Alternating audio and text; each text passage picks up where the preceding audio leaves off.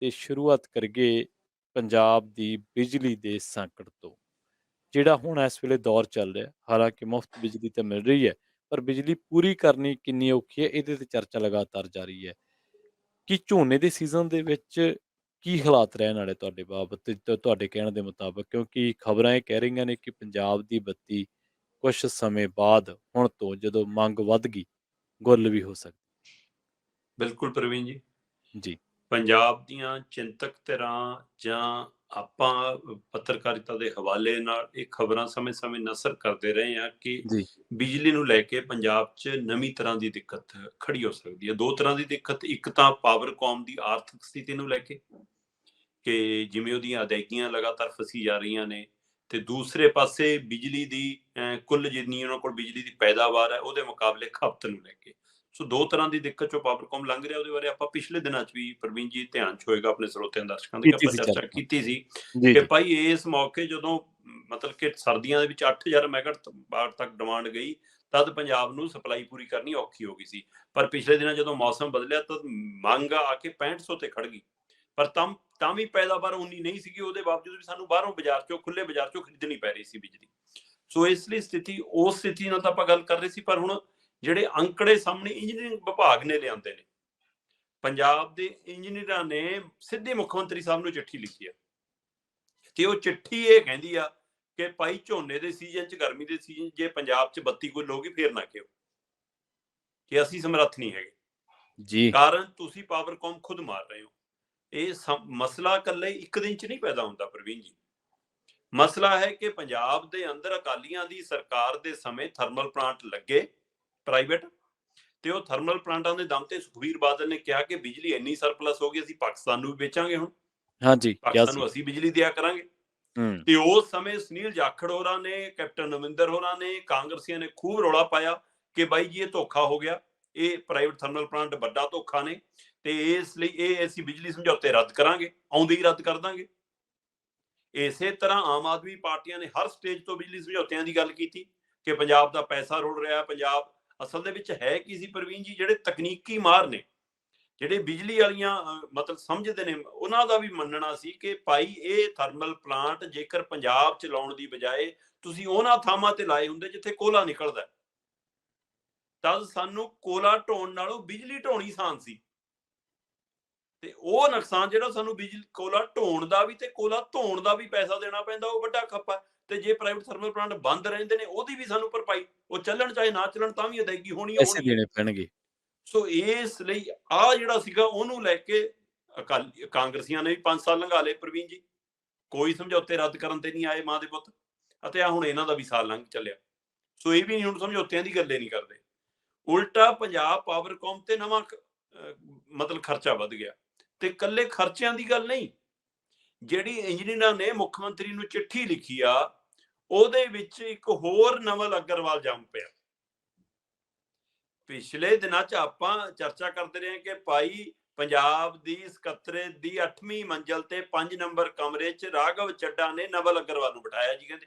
ਬਿਲਕੁਲ ਕੀਤੀ ਹੈ ਜੀ, ਤੇ ਬਿਲਕੁਲ। ਉਹ ਜੀ ਮੀਟਿੰਗਾਂ 'ਚ ਬੈਠਦਾ ਜੀ, ਸਰਕਾਰੀਆਂ 'ਚ, ਹੂੰ, ਹੂੰ, ਹੈ ਜੀ। ਉਹ ਕਿਹੜੇ ਅਧਿਕਾਰ ਨਾਲ ਬੈਠਦਾ, ਇਹ ਸਵਾਲ ਰਿਹਾ। ਸੋ ਹੁਣ ਇੱਧਰ ਨਵੀਂ ਇਹ ਚਿੱਠੀ ਨੇ ਇੱਕ ਹੋਰ ਪਰਤ ਖੋਲਤੀ ਪ੍ਰਵੀਨ ਜੀ। ਇੰਜੀਨੀਅਰਾਂ ਦੀ ਇਹ ਚਿੱਠੀ ਕਹਿੰਦੀ ਕਿ ਭਾਈ ਸਾਡੀਆਂ ਮੀਟਿੰਗਾਂ ਦੇ ਵਿੱਚ ਵੀ, ਸਾਡੇ ਕੰਮ ਦੇ ਵਿੱਚ ਵੀ ਇੱਕ ਨਵਲ ਅਗਰਵਾਲ ਬੈਠਾ ਹੈ। ਅੱਛਾ, ਬਕਾਇਦਾ ਤੌਰ ਤੇ ਇੰਜੀਨੀਅਰ ਨੇ ਇਸ ਚਿੱਠੀ ਦੇ ਵਿੱਚ ਜ਼ਿਕਰ ਕੀਤਾ ਕਿ ਸਾਨੂੰ ਰੋਜ਼ਾਨਾ ਦੇ ਕੰਮਕਾਰ ਦੇ ਵਿੱਚ, ਸਾਨੂੰ ਰੋਜ਼ਾਨਾ ਜਿਹੜਾ ਵੀ ਅਸੀਂ ਕੰਮਕਾਰ ਕੋਈ ਫੈਸਲਾ ਲੈਣਾ, ਉਹਦੇ ਵਿੱਚ ਬੰਗਲੁਰੂ ਦੀ ਇੱਕ ਕੰਪਨੀ, ਪ੍ਰਾਈਵੇਟ ਕੰਪਨੀ ਦਖਲਅੰਦਾਜ਼ੀ ਕਰ ਰਹੀ ਹੈ ਸਿੱਧੀ। ਕਿਹੜਾ ਅਧਿਕਾਰ ਹੈ ਜੀ ਉਹਦੇ ਕੋਲ? ਕਿਸ ਅਧਿਕਾਰ ਨਾਲ ਉਹਦੀ ਦਖਲਅੰਦਾਜ਼ੀ ਹੈ? ਇਹ ਮੁੱਖ ਮੰਤਰੀ ਨੂੰ ਲਿਖਿਆ ਅਗਲਿਆਂ ਨੇ ਕਿ ਹਾਂ ਜੀ ਸਾਡੇ ਅੰਦਰ ਦਖਲਅੰਦਾਜ਼ੀ ਜਾਰੀ ਹੈ। ਕੀ ਇਹ ਰਾਘਵ ਚੱਡਾ ਦੀ ਮਤਲਬ ਕਹਿਣ ਤੇ ਹੋ ਰਹੀ ਹੈ? ਕੀ ਇਹ ਕੇਜਰੀਵਾਲ ਦੇ ਕਹਿਣ ਤੇ ਹੋ ਰਹੀ ਹੈ? ਕੀ ਇਹ ਨਵਲ ਅਗਰਵਾਲ ਦੇ ਕਹਿਣ ਤੇ ਹੋ ਰਹੀ ਹੈ? ਜਾਂ ਨਵਾਂ ਅਗਰਵਾਲ ਨਾਮ ਦੀ ਕੋਈ ਕੰਪਨੀ ਜੰਪੀ? ਇਹ ਕੌਣ ਹੈ? ਇਹ ਕਿਹੜੀ ਜੀ, ਕੰਪਨੀ ਹੈ? ਕਿਹੜਾ ਅਧਿਕਾਰ ਆ ਉਹਨੂੰ? ਸੋ ਇਹ ਆਪਣੇ ਹੂੰ, ਆਪ ਸਵਾਲ ਖੜਾ ਹੋ ਗਿਆ। ਦੂਸਰੇ ਪਾਸੇ ਆ ਜਾਓ ਹੁਣ ਅਦਾਇਗੀਆਂ ਦੇ ਮਾਮਲੇ ਤੇ। ਜੀ, ਉਹ ਕਹਿੰਦੇ ਜੀ ਜਦੋਂ ਪੰਜਾਬ ਦੇ ਅੰਦਰ ਝੋਨੇ ਦਾ ਸੀਜ਼ਨ ਹੁੰਦਾ, ਤੇ ਆਪਾਂ ਪਿਛਲੇ ਸਮੇਂ 'ਚ ਗੱਲ ਕਰਦੇ ਰਹੇ ਹਾਂ ਪ੍ਰਵੀਨ ਜੀ ਕਿ ਡਿਮਾਂਡ 8000, 8500, 8700, 9000 ਮੈਗਾਵਾਟ ਤੱਕ ਜਾਂਦੀ ਰਹੀ ਆ। ਤੇ ਇਸ ਵਾਰ ਸਰਦੀਆਂ 'ਚ 8000 ਤੋਂ ਉੱਪਰ ਚਲੀ ਗਈ ਸੀ। ਪਰ ਹੁਣ ਇੰਜੀਨੀਅਰਾਂ ਦੀ ਚਿੱਠੀ ਦੱਸਦੀ ਆ ਕਿ ਭਾਈ ਇਸ ਵਾਰ ਝੋਨੇ ਦੇ ਸੀਜ਼ਨ 'ਚ ਪੰਜਾਬ 'ਚ ਬਿਜਲੀ ਦੀ ਮੰਗ 15,000 ਮੈਗਾਵਾਟ ਤੱਕ ਜਾ ਸਕਦੀ ਹੈ। ਠੀਕ ਹੈ। 15,000 ਮੈਗਾਵਾਟ ਤੇ ਪੂਰਾ ਕਿੱਥੋਂ ਕਰਨਾ ਫਿਰ? ਜਦੋਂ 6500 ਨਹੀਂ ਪੂਰੀ ਹੋ ਰਹੀ ਤੇ 15,000 ਕਿੱਥੋਂ ਪੂਰੀ ਕਰੋਗੇ? ਜੇ ਸਾਰੇ ਥਰਮਲ ਪਲਾਂਟ ਚਲਾ ਕੇ ਵੀ ਤੁਸੀਂ 8,000 ਮੈਗਾਵਾਟ ਤੱਕ ਮਸਾਂ ਪਹੁੰਚਣਾ ਹੈ ਤੇ ਫਿਰ 15,000 ਦੀ ਖਪਤ ਕਿੱਥੋਂ ਪੂਰੀ ਕਰਨੀ? ਫਿਰ ਬਿਜਲੀ ਲੈਣੀ ਕਿੱਥੋਂ? ਬਿਜਲੀ ਲੈਣ ਦੇ ਲਈ ਪੈਸਾ ਚਾਹੀਦਾ ਪ੍ਰਵੀਨ ਜੀ। ਪਰ ਜਿਹੜੀ ਹੁਣ ਜਿੱਦਣ ਤੋਂ 300 ਯੂਨਿਟ ਹਰ ਮਹੀਨੇ ਮੁਫਤ ਕੀਤੀ ਆ, ਉਹਦੇ ਹਵਾਲੇ ਨਾਲ ਇੰਜੀਨੀਅਰਾਂ ਦੀ ਚਿੱਠੀ ਦੇ ਹਵਾਲੇ ਨਾਲ ਇਹ ਗੱਲ ਸਾਹਮਣੇ ਆਈ ਹੈ ਕਿ ਭਾਈ 19,000 ਕਰੋੜ ਦਾ ਨਵਾਂ ਬੋਝ ਪੈ ਜਾਣਾ ਪੰਜਾਬ ਤੇ ਹਰ ਸਾਲ। 19,000 ਕਰੋੜ ਮਤਲਬ 1 ਸਾਲ ਤਾਂ ਹੋ ਚੱਲਿਆ, ਤਾਂ 19,000 ਕਰੋੜ ਦਾ ਤਾਂ ਇਹ ਨਵਾਂ ਬੋਝ ਮਤਲਬ ਕਿ ਪਾਰ ਚਲੀ ਜਾਣੀ ਆ ਸਬਸਿਡੀ ਸਾਲਾਨਾ। ਕੱਲਾ ਹੀ ਮਸਲਾ ਨਹੀਂਗਾ, ਬਕਾਇਆ ਜਿਹੜਾ ਖੜਾ ਹੈ ਉਹ ਵੱਧਦਾ ਜਾ ਰਿਹਾ ਹੈ। ਬਕਾਇਆ ਕੈਪਟਨ ਦੇ ਸਮੇਂ ਦਾ ਵੀ ਹੈ, ਇਹ ਬਕਾਇਆ ਚੰਨੀ ਵਾਲੇ ਸਮੇਂ ਦਾ ਵੀ ਹੈ ਤੇ ਹੁਣ ਵਾਲਿਆਂ ਦਾ ਵੀ ਵੱਧ ਰਿਹਾ। ਉਹਦੇ ਵਿੱਚੋਂ ਬਕਾਇਆ ਹੀ ਕਹਿੰਦੇ 9,020 ਕਰੋੜ ਤਾਂ ਪੁਰਾਣਾ ਬੈਕਲੌਗ ਸਬਸਿਡੀ ਖੜੀ ਆ। 9,000 ਕਰੋੜ ਤੋਂ ਜ਼ਿਆਦਾ। 19,000 ਕਰੋੜ 1 ਸਾਲ ਦਾ ਹੋਰ ਲਾ ਲਓ। 19 ਤੇ 1 20 ਤੇ 28,000 ਕਰੋੜ ਤੋਂ ਉੱਪਰ ਹੋ ਗਈ ਜੀ ਆ 1 ਸਾਲ ਦਾ ਟੋਟਲ ਪੈਸਾ ਸਰਕਾਰ ਕੰਨੀ ਖੜਾ। ਚਲੋ ਇਹ ਤੋਂ ਅੱਗੇ ਆ ਜਾਓ ਜੀ। ਉਹ ਕਹਿੰਦੇ ਜਨਾਬ ਤੁਸੀਂ 1555 ਜਿਹੜੀ ਰਕਮ ਸੀ ਡਿਫਿਕਲਟ ਲੋਕਾਂ ਦੇ, ਉਹ ਬਿੱਲ ਜਿਵੇਂ ਮਤਲਬ ਕੀ ਕੀਤਾ ਇਹਨਾਂ ਨੇ ਕਿ ਜੇ ਤੁਹਾਡੇ ਬਿੱਲ ਬਕਾਇਆ ਨੇ ਜੀ ਤਾਂ ਅਸੀਂ ਉਹ ਮਾਫ ਕਰਦੇ ਹਾਂ। ਉਹ ਕਰੋੜਾਂ ਰੁਪਈਆ ਫਸ ਗਿਆ ਉਹ ਸਬਸਿਡੀ।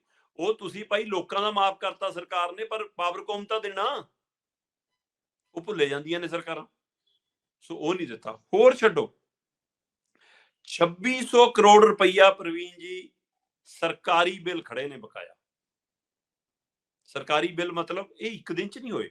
ਮਹਿਕਮਿਆਂ ਦੇ ਇਹ ਅਕਾਲੀਆਂ ਦੇ ਸਮੇਂ ਵੀ ਆਹੀ ਕੁਝ ਚੱਲਦਾ ਰਿਹਾ ਜੀ, ਇਹ ਕਾਂਗਰਸੀਆਂ ਦੇ ਸਮੇਂ ਵੀ ਇਹੀ ਕੁਝ ਚੱਲਦਾ ਰਿਹਾ ਹੈ। ਇਹ ਮਤਲਬ ਕਿ ਆਮ ਆਦਮੀ ਪਾਰਟੀ ਦੇ ਸਮੇਂ ਵੀ ਉਹੀ ਕੁਝ ਚੱਲ ਰਿਹਾ ਕਿ ਜਿੰਨੇ ਕਈ ਜ਼ਿਆਦਾਤਰ ਥਾਣਿਆਂ ਦਾ ਮਾਮਲਾ ਬਿਲਕੁਲ ਹੁੰਦਾ, ਸਭ ਤੋਂ ਜ਼ਿਆਦਾ ਥਾਣੇ ਵਾਲਾ ਮਾਮਲਾ ਹੁੰਦਾ ਜੀ ਜੀ, ਹੈ ਨਾ। ਫਿਰ ਹੋਰ ਸਰਕਾਰੀ ਵਿਭਾਗਾਂ ਦਾ ਮਤਲਬ ਜੇ ਲੈਂਡਮਾਈਨ ਦਾ ਪੁਲਿਸ ਵਾਲੇ ਨੇ ਚਲਾਨ ਕੱਟਤਾ ਤਾਂ ਬਿਜਲੀ ਵਾਲੇ ਜਦੇ ਉਸ ਥਾਣੇ ਦੀ ਬਿਜਲੀ ਕੱਟ ਦਿੰਦੇ ਨੇ।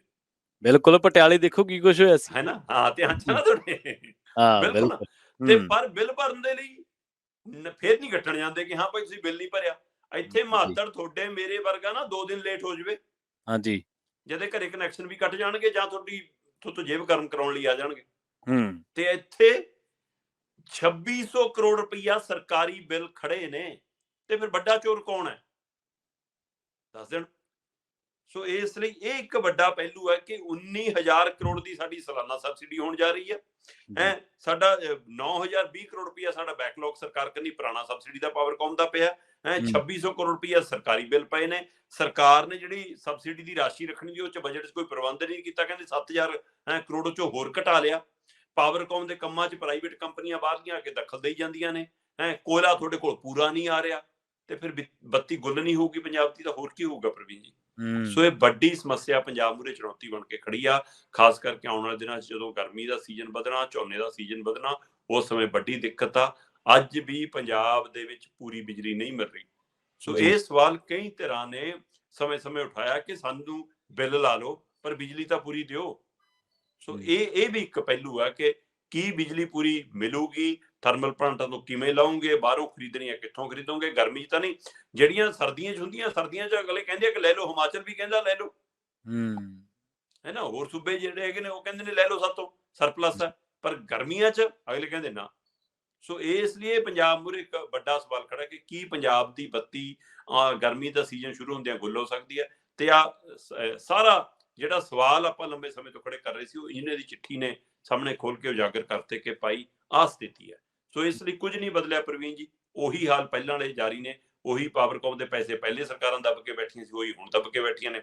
ਉਹੀ ਸਰਕਾਰੀ ਵਿਭਾਗਾਂ ਦੇ ਬਿੱਲ ਪਹਿਲਾਂ ਬਕਾਇਆ ਸੀ, ਉਹੀ ਹੁਣ ਬਕਾਇਆ ਨੇ। ਬੈਕਲੌਗ ਪਹਿਲਾਂ ਵੀ ਖੜਾ ਸੀ, ਬੈਕਲੌਗ ਹੁਣ ਵੀ ਖੜਾ। ਬਦਲਿਆ ਕੁਛ ਨਹੀਂ, ਕੋਈ ਬਦਲਾਅ ਨਹੀਂ ਜੀ।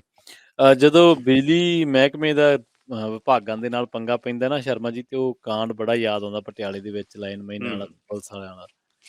ਪੁਲਿਸ ਵਾਲਿਆਂ ਨੇ ਚਲਾਨ ਕੱਟਤਾ, ਉਹ ਕਹਿੰਦੇ ਖੜ ਜਾਓ ਫਿਰ ਅਸੀਂ ਤੁਹਾਡੀ ਕੁੰਡੀ ਕੱਟਦੇ ਹਾਂ। ਸੋ ਇਹ ਇੱਕ ਬੜਾ ਕ੍ਰਾਈਸਿਸ ਹੈ ਜਿਹੜਾ ਜਿਹੜੇ ਸਮਝਦਾਰ ਲੋਕ ਨੇ ਸ਼ਰਮਾ ਜੀ, ਉਹ ਕਹਿੰਦੇ ਕਿ ਬਿਜਲੀ ਮੁਫ਼ਤ ਨਹੀਂ, ਬਿਜਲੀ ਸਸਤੀ ਹੋਣੀ ਚਾਹੀਦੀ। ਬਿਲਕੁਲ ਸਵਾਲ ਇਹੀ। ਜੀ ਜੀ।